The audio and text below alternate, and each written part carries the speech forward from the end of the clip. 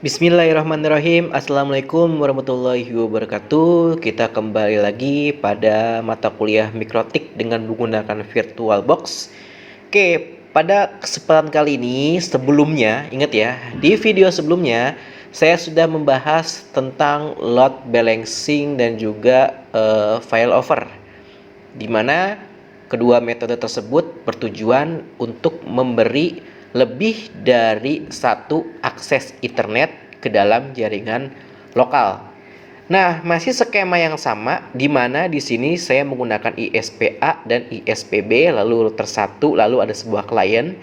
Nah, kalau misalkan kalian ada yang baru menyimak video ini, gimana cara setting dari ISPA, ISPB sampai router 1 sampai dengan klien, silakan simak video saya sebelumnya, nanti akan saya lampirkan di deskripsi video. Nah, untuk tahap ini saya akan menjelaskan tentang kelemahan dari load balancing ataupun failover yang kita gunakan sebelumnya. Nah, di mana ketika kita ingin mengakses sebuah misalkan gini ya, dengan menggunakan failover. Nah, di sini yang menjadi internet utama misalkan adalah si ISPA. Nah, ini ya.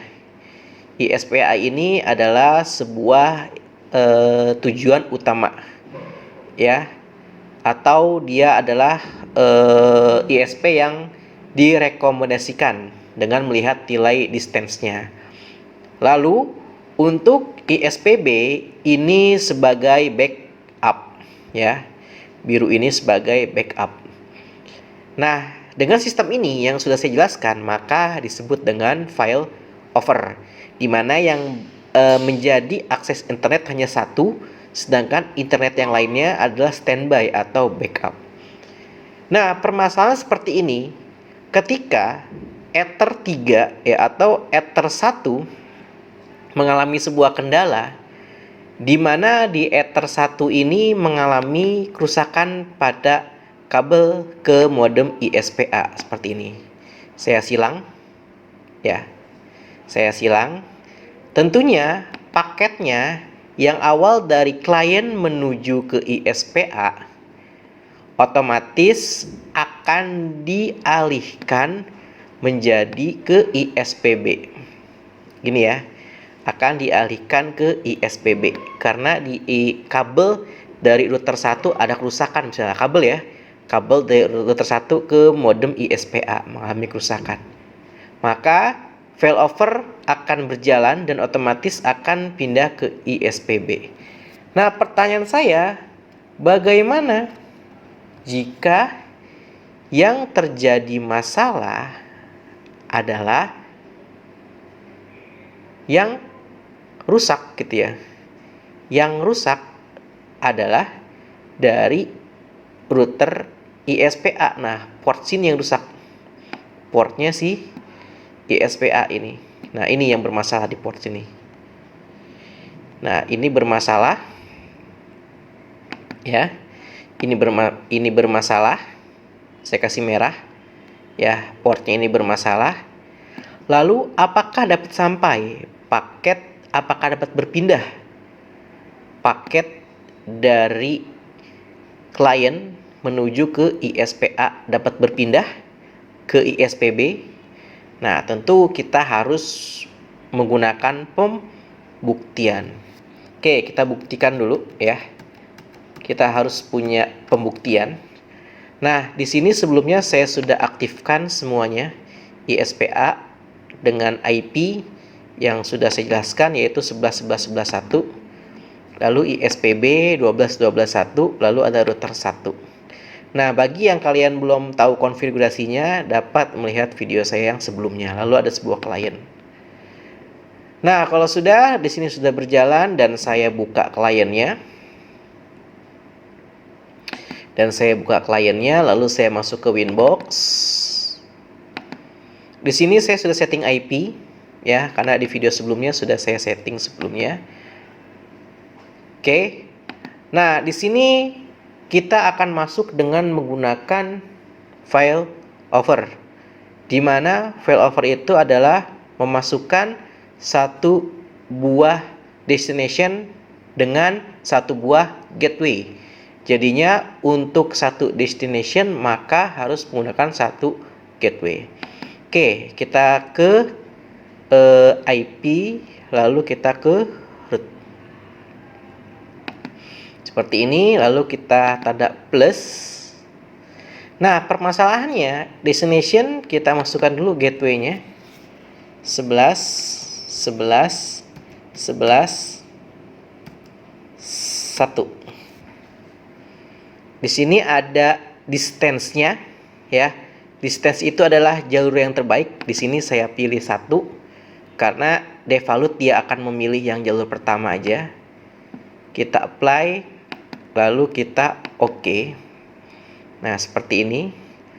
Lalu kita tambahkan lagi destination-nya ke semua IP melewati gateway 12 12 12 1. Nah, distance-nya di sini saya setting 2, artinya dia akan menjadi pilihan yang kedua dibandingkan dengan distance 1. Oke, nah di sini sudah ada keterangannya, ada distance 1 dan distance 2. Di mana untuk mengakses internet, maka gateway yang digunakan adalah 11 11 11 1 berdasarkan nilai distance-nya. Oke, selanjutnya ketika kita sudah daftarkan dengan destination ke semua IP ya dengan menggunakan gateway 11 11 1, lalu ke semua IP dengan menggunakan gateway 12 12 1. Nah, dari skema yang ada seperti ini, dia akan memilih jalur yang prioritas ke sini. Ke atas ya. Prioritas atau jalur yang utama. Analisis videonya ini aja ya. Ini seperti ini, dia akan ke sini karena dia bernilai 1 distance-nya ya. Nah, selanjutnya kita akan cek dengan menggunakan CMD. Kita ping ke Google. Nah, terkoneksi ya. Lalu kita traced google.com. Kira-kira lewat jalur mana sih untuk ke Google itu? Oke, sudah sesuai ya. Lihat jalurnya 11 11 11 1. Maka jalur yang diambil oleh klien adalah ini, menuju Ether, menuju ke ISP-A, yaitu 11 11 1. Nah, sekarang kita uji coba ya, bagaimana jika ada kerusakan pada port Ether 1 di router 1 nih. Ini rusak. Misalkan ada kerusakan. Kira-kira apakah bisa bekerja untuk failover-nya? Apakah bisa pindah ke ISP B? Oke, kita buka router 1 di VirtualBox kita. Router 1, lalu network-nya. Nah, yang menuju ke ISP-A ini ya. Ini kabelnya kita putusin. Kabelnya kita putusin. Oke. Lalu kita coba lagi ngeping. Dengan asumsi ada kerusakan ada pada kabel Ether 1. Mana ini? Nah, ini. Saya close dulu. Ya, Windows R, buka lagi CMD-nya, ping google.com.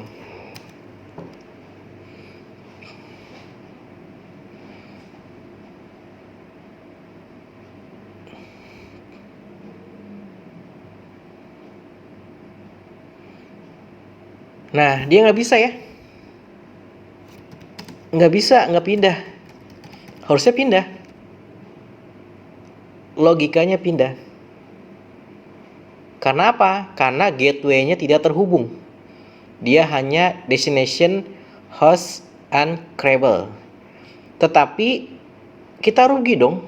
Ya, kita sudah menyewa 2 ISP seperti ini. Tapi namanya kerusakan kabel terjadi ke Ether 1, harusnya dia bisa lompat ke ISPB. Tapi di sini nggak bisa lompat ke ISPB. Apa yang terjadi sebenarnya? Ya, katanya kan flyover otomatis pindah. dari ISPA dia akan nge-backup ke ISPB. Maka yang perlu kita perhatikan untuk masalah tersebut, yang harus kita perhatikan ada yang namanya option check gateway.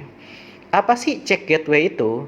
Adalah sebuah mekanisme pengecekan gateway yang dapat dilakukan oleh router mikrotik. Jadinya dikirimkan setiap 10 detik menggunakan ARP request atau ICMP ping. Dianggap gateway timeout jika tidak menerima respon dalam waktu 10 detik dari mesin gateway. Gateway dianggap uncrable jika terjadi 2 kali gateway timeout berurutan. Jika aktifkan fitur check gateway untuk sebuah rule, maka akan berpengaruh juga untuk semua rule dengan gateway yang sama. Nah, artinya di sini tidak ada pengecekan gateway, apakah gateway-nya RTO, apakah gateway-nya masih bisa diakses. Nah, oleh sebab itu, ketika terjadi permasalahan seperti ini, ya, di mana ada port yang rusak dan kita tidak bisa pindah ke ISPB, maka pastikan kita menggunakan check gateway. Bisa kita edit, double klik aja. Lalu check gateway-nya kita beri nama ping, ya.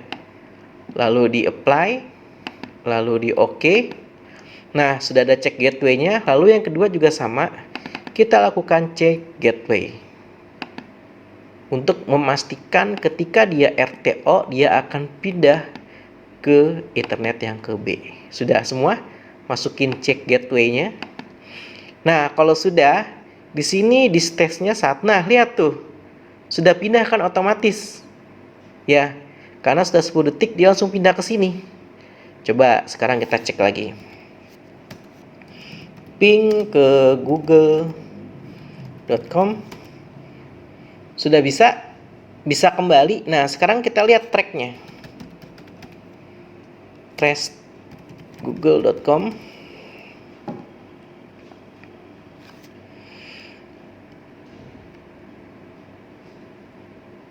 Nah, sudah dipastikan sekarang router kita menuju ke 12.12.12.1. Nah, kesini sekarang adanya, ya. Karena dia tidak bisa naik ke atas, di sini rusak. Nah, rusak. Otomatis si router ini akan mengecek gateway ke ISPA. Wah, bos, nggak bisa, ISPA ada masalah. Nggak bisa kita ping. Sampean lewat bawah aja ya. Akhirnya si klien kita akan dialihkan menuju ke ISPB dan menuju akses internet. Nah, ini yang disebut dengan check gateway. Nah, check gateway ada kelemahannya juga. Kita lihat kelemahannya, misalkan, ya, kelemahannya seperti apa. Oke, sekarang kita kembalikan dulu settingannya seperti semula. Anggap aja jaringan normal lagi. Di sini udah beres, ya. Ternyata nggak ada masalah. Router satunya, networknya, kabelnya seolah-olah udah nyambung lagi.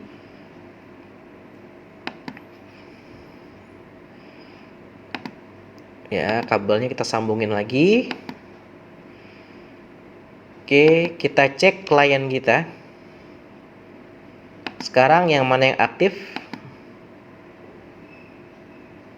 Kita tunggu saja. Windows R, CMD, ping. Kita Google lagi, kita ping lagi. Apakah bisa? Bisa, masih sudah normal. Nah, sekarang jalurnya tracer google.com. Nah, sudah kembali normal, artinya jalur kita sudah masuk ke track yang semestinya 11.11.1. Nah, sini ya sudah oke lagi. Ternyata ketika ke sini, ya, router akan memberitahu, dia akan ngeping terus, ya, ngecek gateway kondisi terbaru gateway-nya apakah bisa dihubungi apa enggak. Selama dia belum masih bisa dihubungi, maka router 1 akan mengalihkan akses internetnya ke ISPB. Ternyata udah bisa nih, gitu kan. Nah, otomatis dia akan tetap memilih ke jalur distance yang utama, yaitu balik lagi ke ISPA. Oke, silakan balik lagi ya. Untuk gateway Ether satunya, ISPA sudah berhasil lagi. Nah, sekarang kondisi kita sudah bisa balik lagi. Nah, untuk cek gateway, apa kelemahannya? Kelemahannya seperti ini. Bagaimana kalau ISPA, ya anggap aja yang berbrand merah, misalkan Telkom, ya kita nggak tahu kan, kantor Telkom misalkan mengalami down, tiba-tiba rusak nih di sini, ya tiba-tiba dia mengalami kerusakan pada sistemnya di provider, langsung dari providernya, bukan dari kabel kita, bukan dari router kita ke ISP, tapi yang rusak langsung dari ISP-nya. Ya, kita harus uji coba dulu ISPA-nya, nah, network-nya. Nah, di sini ya, akses ke internet ya si ISP-nya terjadi masalah, kita matiin. Ya, di ether satunya ada masalah. Ternyata si ISP ini tidak bisa melakukan akses ke internet lagi gitu ya. Tapi semua klien itu bisa ngeping ke ISP. Nah, oke. Ya. Nah, dari gambar tersebut di sini terjadi masalah. Pertanyaan saya kira-kira apakah jalur ini akan tetap menuju ke ISPB ataukah oleh router akan dialihkan ke ISPB? Maaf ya, apakah jalurnya tetap dialihkan ke ISPA walaupun nggak bisa? Wah, nggak bisa nih. Apakah dia akan langsung berinisiatif mengoperasikan ke ISPB? Walaupun kita sudah menggunakan yang namanya check gateway. Oke, kita masuk ke klien kita sebelumnya. Nah, ini ya, check gateway sudah kita setting gitu ya. Lalu kita buka Windows R, lalu CMD, lalu kita ping ke google.com.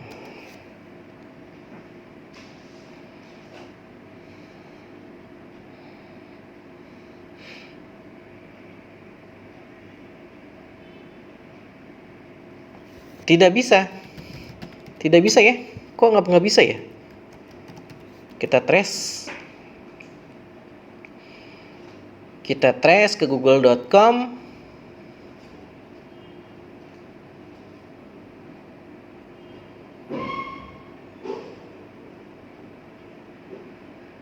Oke, masuk ke gateway kita 10.1, bisa di trace.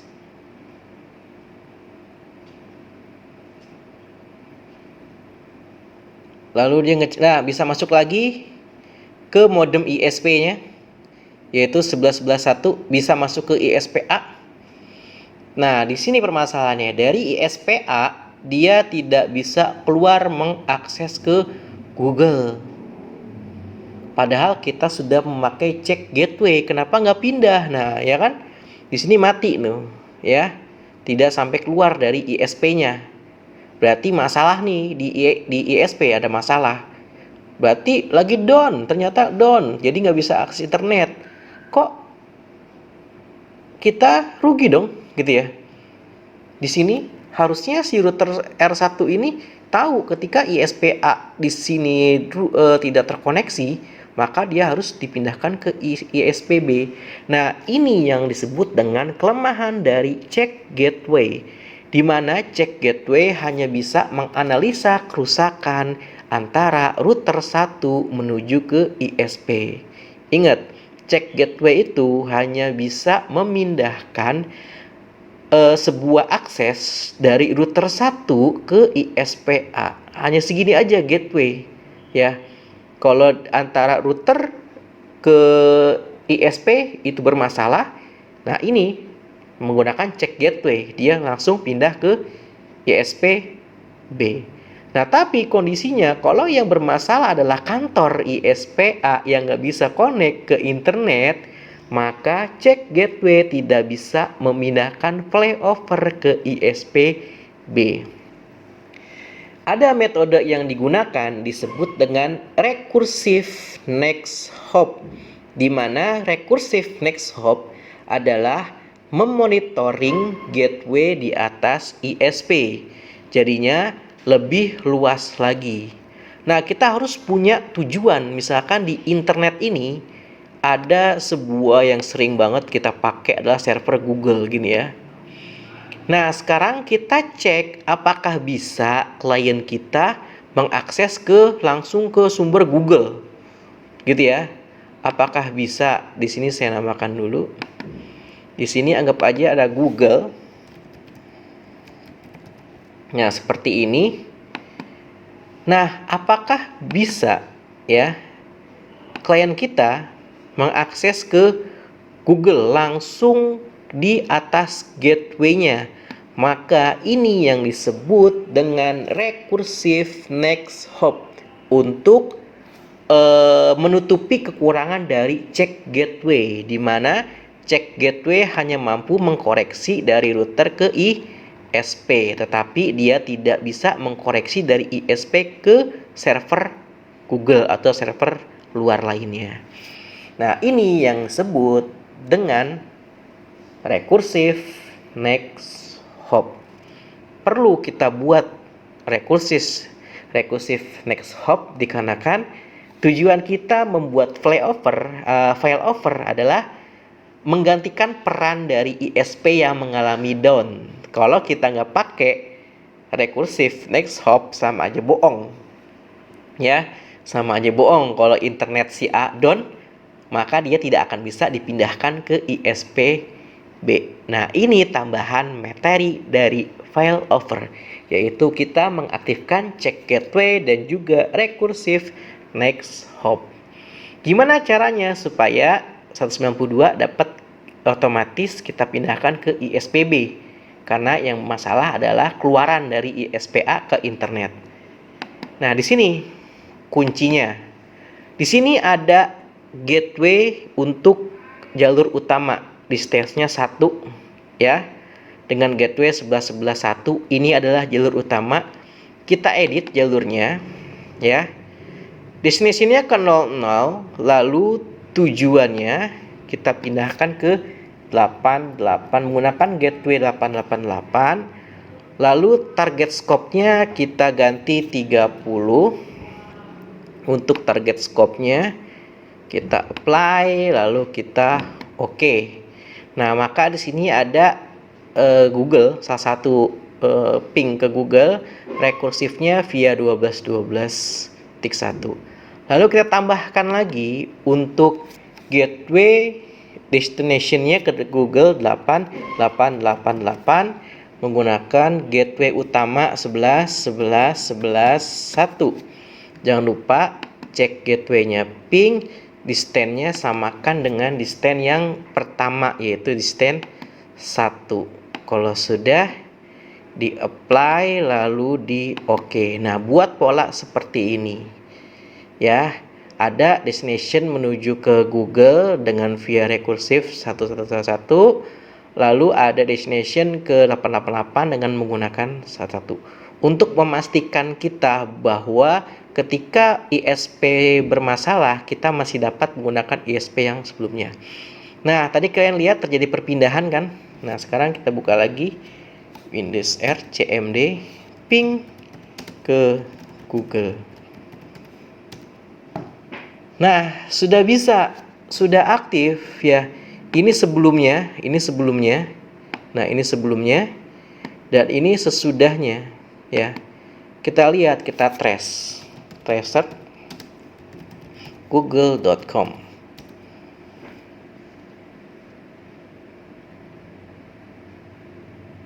Kita lihat dia lewat jalur mana.